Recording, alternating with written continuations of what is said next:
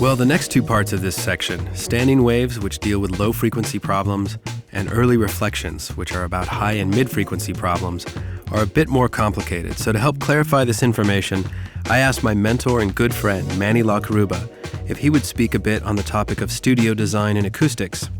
Manny has worked as an engineer with credits on albums by artists such as Santana, Mariah Carey, Primus, Celine Dion, and Greg Allman, just to name a few.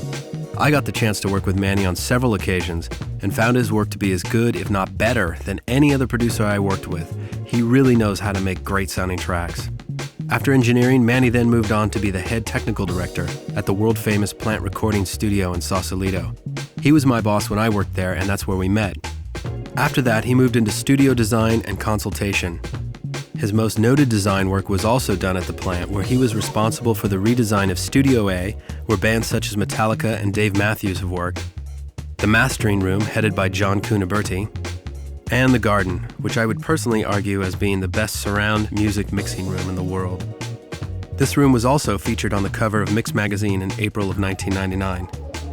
The principle of acoustics used in building these world-class rooms are the exact same thing we are teaching you here, and Manny is definitely an authority on the topic. Manny now works primarily as a loudspeaker designer. He has a patent on a high and mid-frequency dispersion technology called the acoustic lens that you see here. You can also see Manny's technology used here in these custom loudspeakers that he built specifically for the plant's surround mixing room.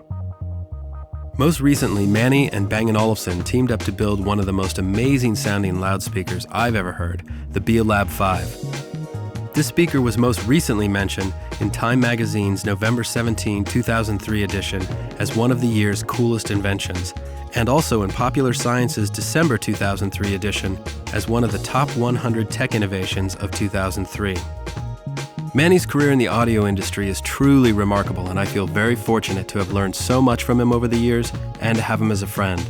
If you want, you can check out more about Manny at www.sawonline.com. SAW stands for Sausalito Audio Works. That's his company.